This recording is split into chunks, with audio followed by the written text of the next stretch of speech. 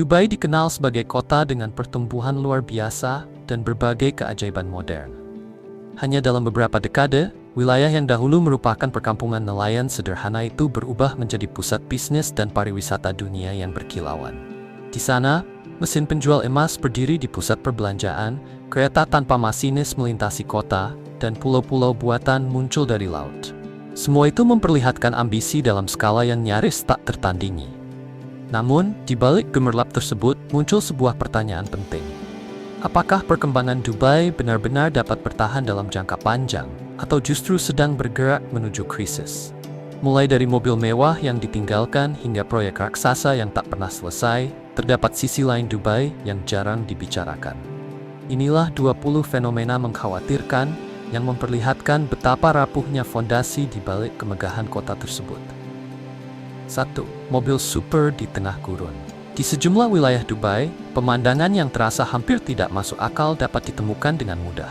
Ferrari, Lamborghini, Bentley, dan berbagai mobil super bernilai fantastis dibiarkan begitu saja di tempat parkir, kawasan gurun, bahkan terminal bandar udara. Sebagian kendaraan masih menyimpan kunci di dalamnya. Beberapa bahkan ditinggalkan bersama surat permintaan maaf dari pemiliknya. Mobil-mobil yang nilainya dapat mencapai ratusan ribu dolar itu bukan sekadar barang mewah terbengkalai. Keberadaannya mencerminkan persoalan yang lebih dalam pada sistem ekonomi dan hukum Dubai. Di Uni Emirat Arab, gagal melunasi utang atau menyatakan kebangkrutan pernah dapat membawa seseorang ke penjara. Ketika bisnis mereka runtuh dan kewajiban keuangan tidak lagi mampu dibayar, sejumlah pengusaha asing memilih meninggalkan negara tersebut secara mendadak. Mereka hanya membawa barang yang dapat dibawa, sementara rumah, kendaraan, dan aset bernilai tinggi lainnya tertinggal.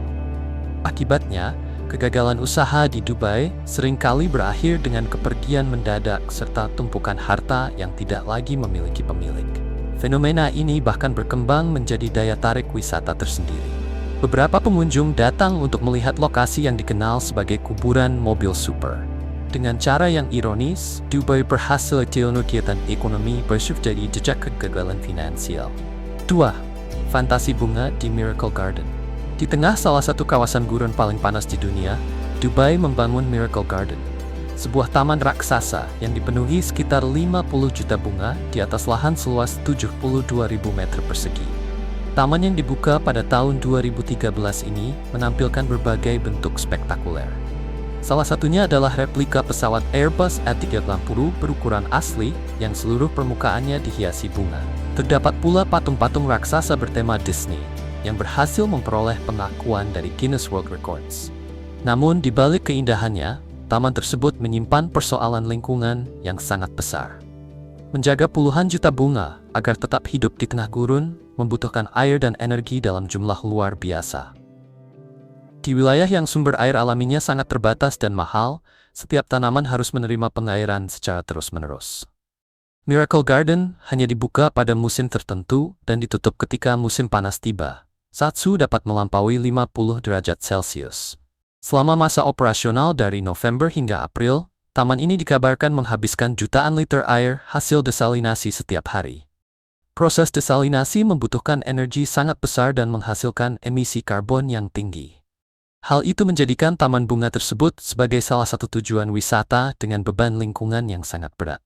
Setiap tahun bentuk dan susunan taman kembali diubah.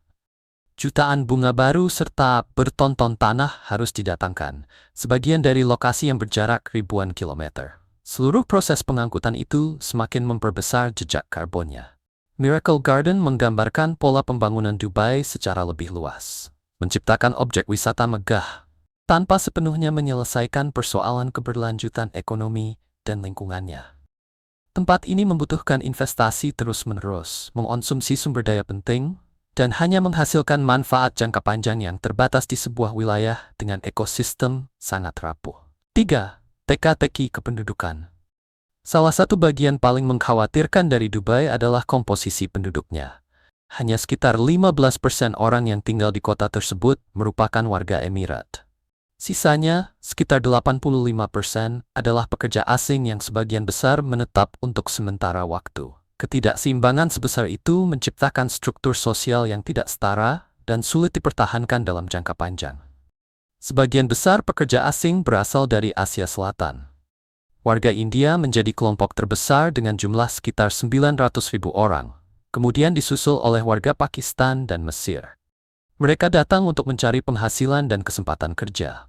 Namun, bagi kebanyakan dari mereka, hampir tidak tersedia jalur untuk memperoleh kewarganegaraan atau status sebagai penduduk tetap.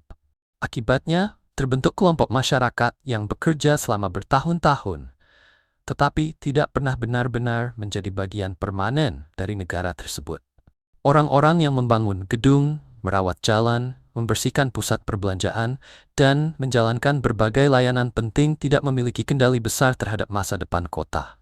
Setelah masa kerja selesai, kebanyakan akan kembali ke negara asal dengan membawa tabungan mereka. Sementara warga Emirat menerima beragam fasilitas dari negara, para pekerja asing memiliki hak yang lebih terbatas dan dapat menghadapi deportasi karena pelanggaran yang relatif kecil.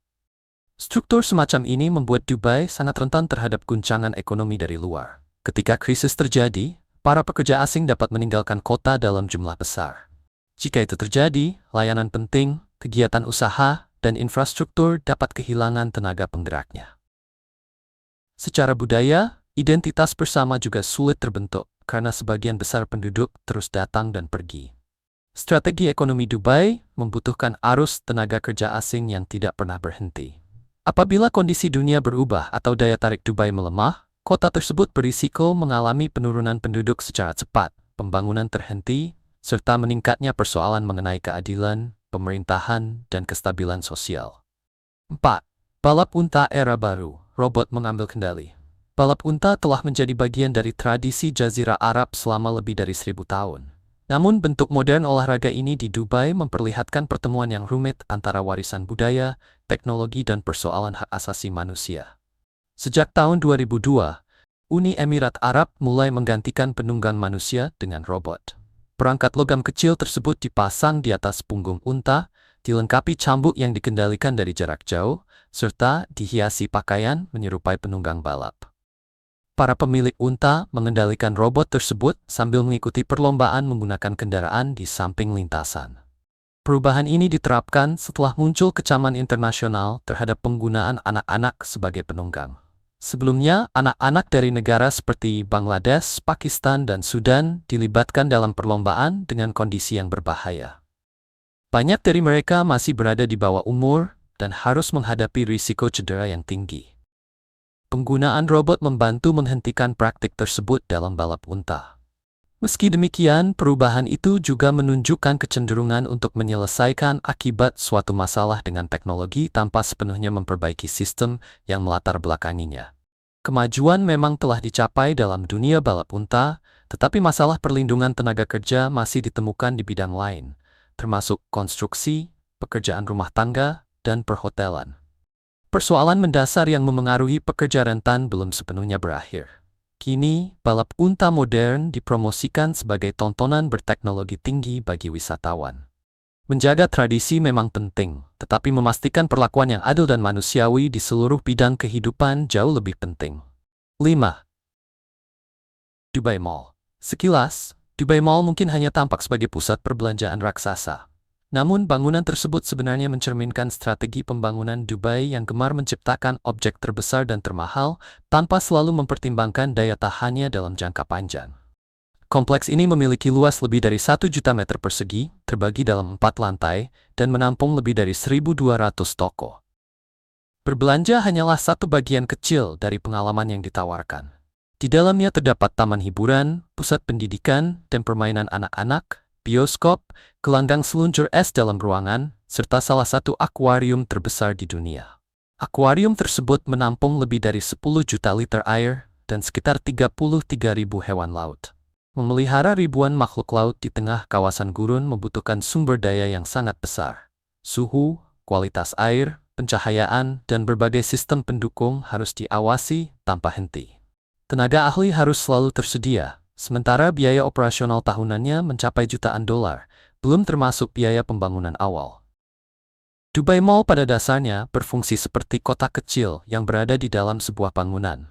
Seluruh desainnya dibuat agar pengunjung bertahan selama berjam-jam dan terus membelanjakan uang.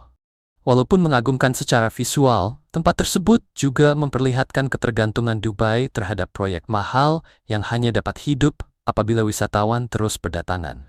Ketika kegiatan pariwisata berhenti selama pandemi COVID-19, kompleks macam Dubai Mall mengalami kerugian besar. Hewan-hewan tetap harus dirawat, mesin pendingin tetap berjalan, dan para pekerja tetap membutuhkan gaji, meskipun pendapatan dari pengunjung menurun tajam. Dalam masa pertumbuhan, setes perseperayaan mais bidsurkung tasal. Isuman, ketiting reserve biaya pamlehar ng tingkat isbed and ekonomi yang serius. 6. Sistem Makani. Sampai tahun 2015, Dubai belum memiliki sistem alamat konvensional seperti yang lazim digunakan di banyak kota lain. Alih-alih memakai nama jalan dan nomor bangunan, pengiriman surat sering bergantung pada penanda lokasi serta petunjuk deskriptif. Seseorang mungkin harus menjelaskan alamat dengan menyebut bangunan terkenal, persimpangan, atau toko tertentu di sekitarnya. Hal itu terdengar unik, tetapi sebenarnya memperlihatkan masalah yang muncul akibat pertumbuhan Dubai yang terlalu cepat. Gedung-gedung dibangun lebih cepat daripada proses penamaan jalan dan pemetaan kota. Akibatnya, kegiatan sederhana seperti mengirim surat, menemukan rumah, atau mengarahkan kendaraan darurat menjadi lebih sulit. Sebagai jawaban atas persoalan tersebut, pemerintah memperkenalkan sistem Makani pada tahun 2015. Setiap bangunan diberikan kode berbasis koordinat yang dapat digunakan untuk menemukan lokasinya secara tepat. Sistem ini bekerja dengan baik, tetapi kemunculannya juga menunjukkan sebuah pola. Infrastruktur penting seringkali baru dipasang setelah pembangunan berlangsung, bukan dipersiapkan secara menyeluruh sejak awal. Persoalan menjadi lebih rumit karena sekitar 85% penduduk Dubai merupakan warga asing yang tinggal sementara. Banyak dari mereka tidak mengenal penanda lokal atau sejarah suatu kawasan, sehingga sistem navigasi yang jelas menjadi kebutuhan mendasar. Makani memang memberikan solusi yang efektif. Namun, kebutuhan akan sistem tersebut menegaskan pendekatan Dubai yang sering kali membangun terlebih dahulu dan memperbaiki kekurangannya kemudian. Cara ini mungkin terlihat berhasil ketika uang dan pertumbuhan terus mengalir. Akan tetapi, risikonya besar apabila berbagai masalah yang tertunda muncul secara bersamaan. Pulau-pulau buatan. Tidak banyak proyek yang menggambarkan ambisi sekaligus kerentanan Dubai sejelas pulau-pulau buatannya. Palm Jumeirah, Palm Jebel Ali, Palm Deira, dan Kepulauan The World, termasuk di antara proyek rekayasa paling berani yang pernah dilakukan manusia. Pembangunannya membutuhkan lebih dari 100 juta meter kubik pasir dan batu. Gabungan kawasan Palm Islands mencakup lebih dari 60 km persegi. Sementara itu, The World terdiri atas sekitar 300 pulau yang tersebar di wilayah seluas 55 km persegi. Dari udara, proyek-proyek tersebut tampak luar biasa. Namun, kemegahan itu dibayar dengan kerusakan lingkungan serta risiko keuangan yang sangat besar. Pengerukan dan penimbunan laut menghancurkan terumbu karang serta mengganggu kehidupan berbagai spesies. Perubahan bentuk garis pantai memengaruhi sirkulasi air, menyebabkan genangan, dan menurunkan kualitas air di beberapa kawasan. Dari sisi keuangan, kelangsungan pulau-pulau tersebut bergantung pada kelompok pembeli internasional yang sangat kaya. Harga properti di The World berkisar antara 7 juta hingga 2 miliar dolar. Pasar sempit semacam ini sangat mudah terguncang oleh perubahan ekonomi global. Ketika krisis keuangan tahun 2008 terjadi, banyak pulau gagal terjual atau ditinggalkan karena investor tidak mampu menyelesaikan pembelian dan pembangunan. Biaya pemeliharaannya juga sangat tinggi. Dubai harus terus mencegah erosi, menjaga jaringan listrik dan air, memperbaiki infrastruktur, serta mengatasi dampak terhadap lingkungan laut. Semua itu memerlukan pendanaan yang bergantung pada penjualan properti secara berkelanjutan. Apabila permintaan turun, kota tersebut dapat tertinggal dengan infrastruktur raksasa yang mahal dan sulit dipertahankan. Hal yang paling meresahkan adalah keputusan untuk menukar kondisi lingkungan jangka panjang dengan keuntungan ekonomi yang relatif singkat. Setelah bentuk pesisir berubah dan ekosistem rusak, keadaan tersebut tidak dapat dengan mudah dipulihkan. 8. Warisan minyak yang mulai retak. Peralihan dunia dari bahan bakar fosil menuju energi terbarukan menghadirkan ancaman besar bagi Dubai, meskipun persoalan tersebut jarang dibicarakan secara terbuka.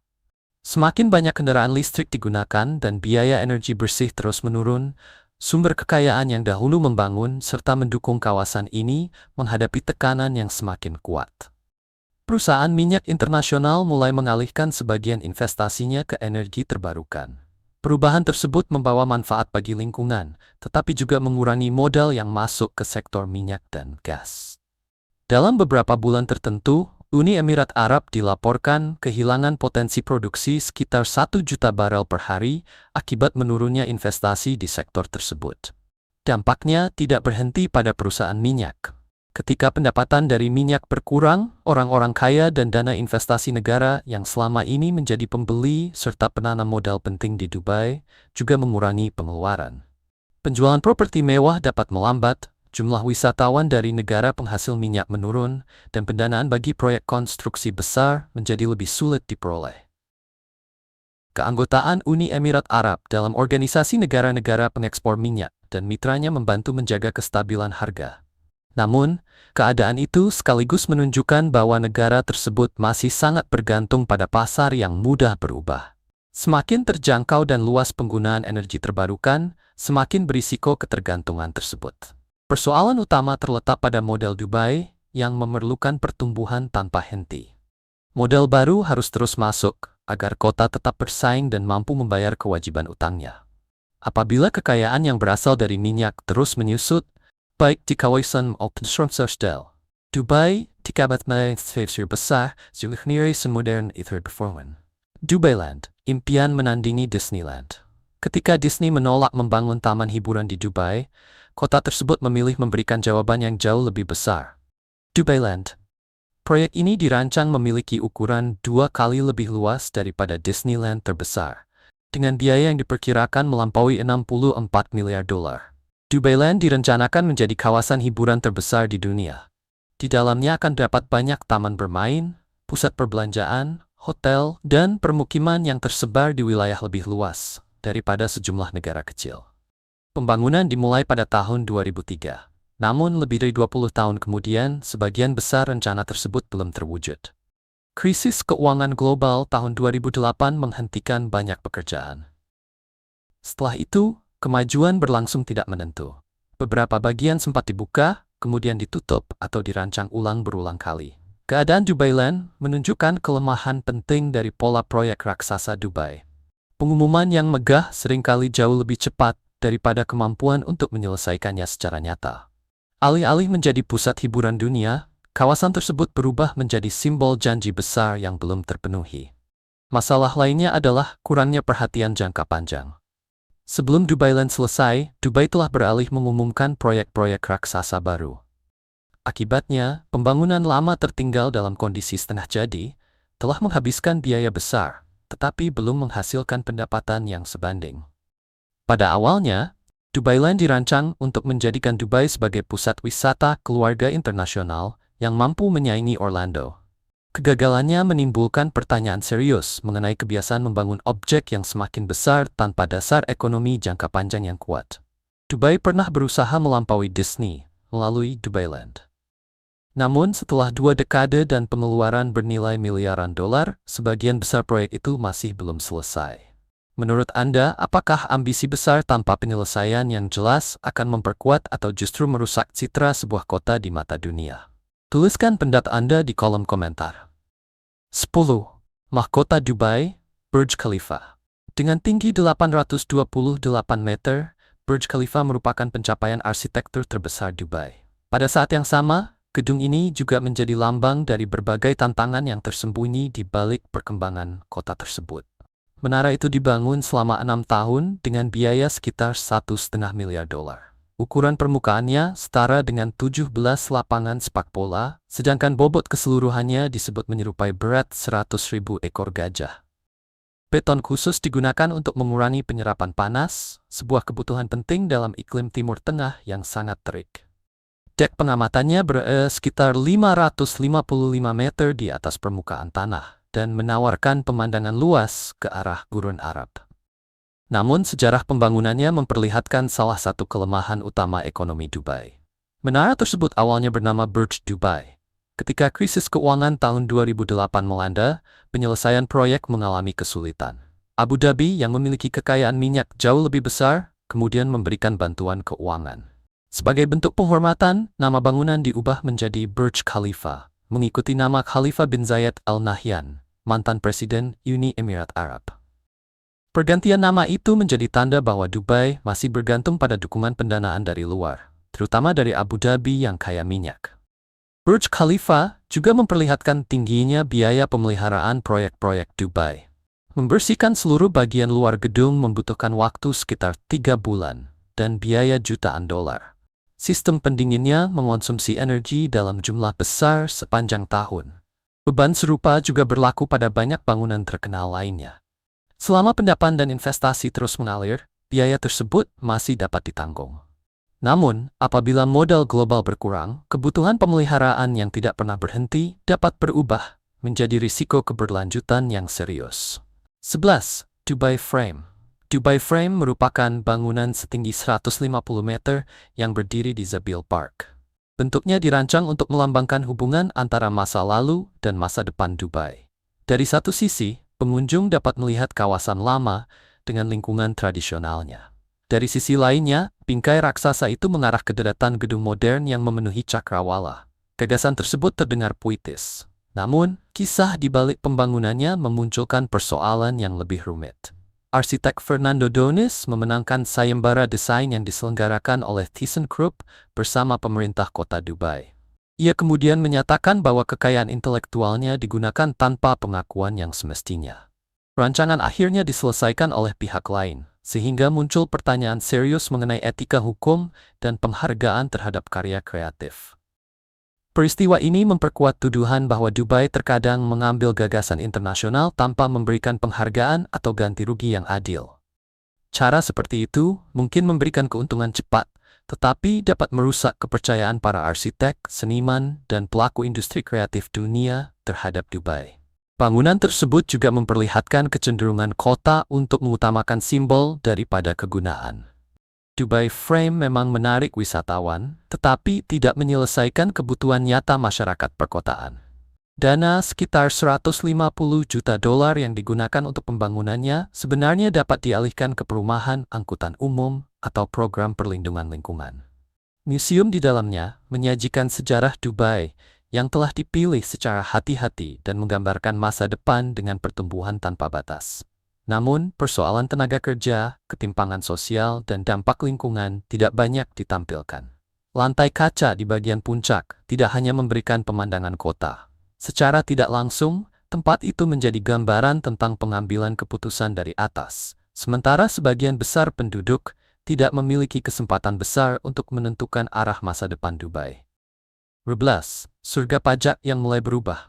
Selama beberapa dekade, Dubai mempromosikan dirinya sebagai tempat tanpa pajak penghasilan dan tanpa pajak perusahaan. Kebijakan tersebut menarik jutaan pekerja asing serta ribuan perusahaan internasional. Modal, tenaga kerja, dan kegiatan usaha mengalir deras, mempercepat pertumbuhan kota.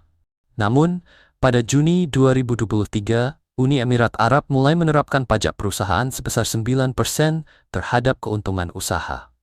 Angka itu memang masih rendah dibandingkan dengan banyak negara lain. Meski demikian, penerapannya menandai berakhirnya masa ketika perusahaan dapat beroperasi tanpa pajak korporasi. Perubahan ini bukan sepenuhnya pilihan sukarela. Tekanan internasional untuk mengurangi penghindaran pajak dan pencucian uang ikut mendorong pemerintah menyesuaikan peraturannya. Kebijakan pajak nol memang berhasil menarik perusahaan yang sah. Namun, pada saat yang sama, Dubai juga menjadi tujuan bagi pihak-pihak yang ingin menyembunyikan kekayaan atau menghindari kewajiban pajak dengan cara meragukan. Penerapan pajak baru menunjukkan bahwa Dubai semakin harus mengikuti aturan keuangan dunia.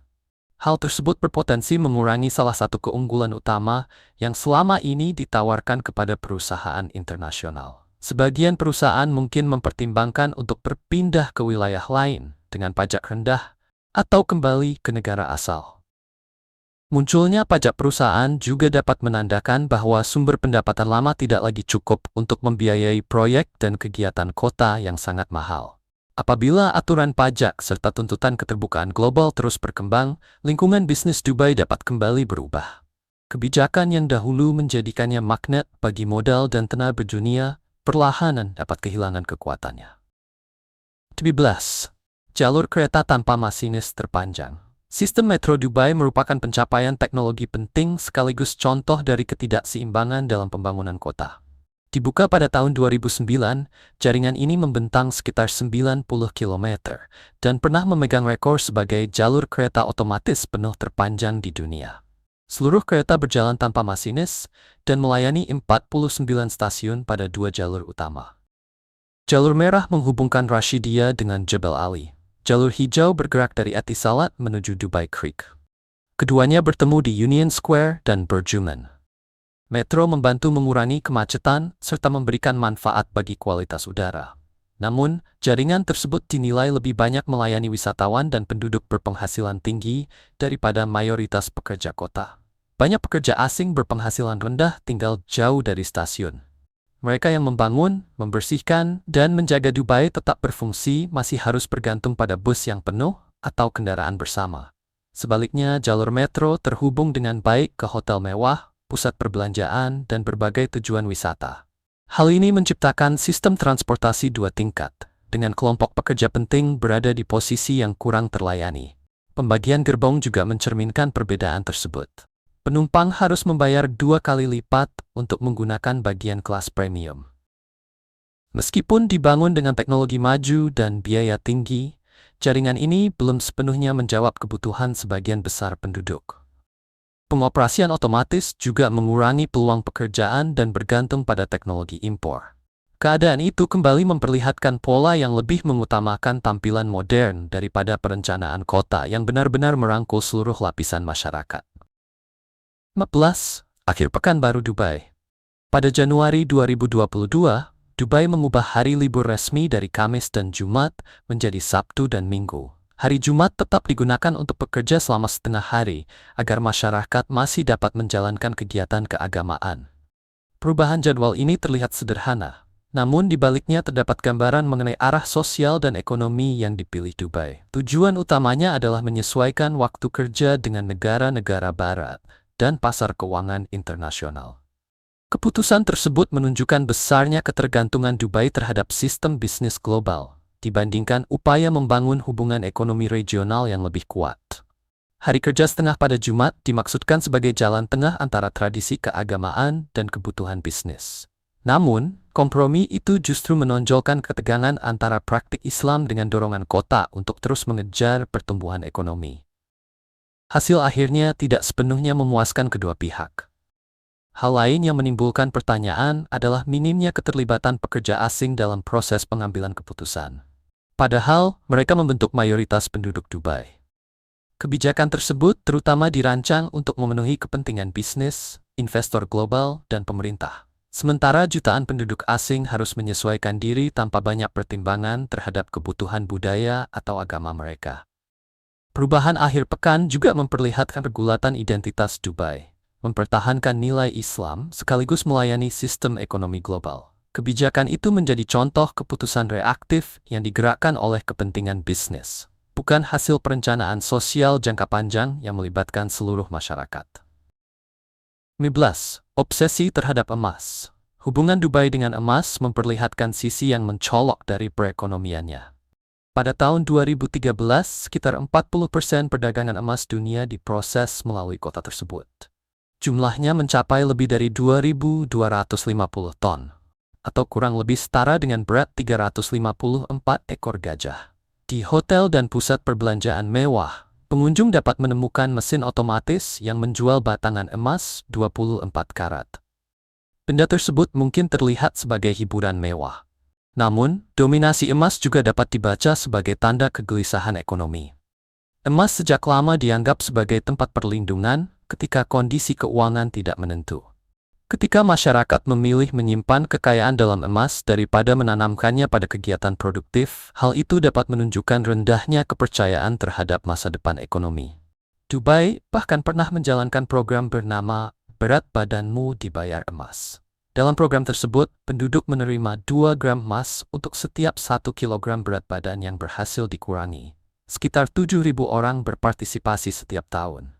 Peserta dengan hasil terbaik, Ahmed Al-Sheikh, berhasil menurunkan 26 kg dalam 3 bulan dan memperoleh 52 gram emas yang bernilai ribuan dolar. Program-program semacam ini memperlihatkan perekonomian yang sangat bergantung pada kemewahan dan tontonan. Perdagangan emas memang menghasilkan pemasukan besar. Namun kegiatan itu tidak selalu menciptakan nilai jangka panjang atau kesempatan kerja sebanyak sektor manufaktur, penelitian, dan pengembangan teknologi. 16.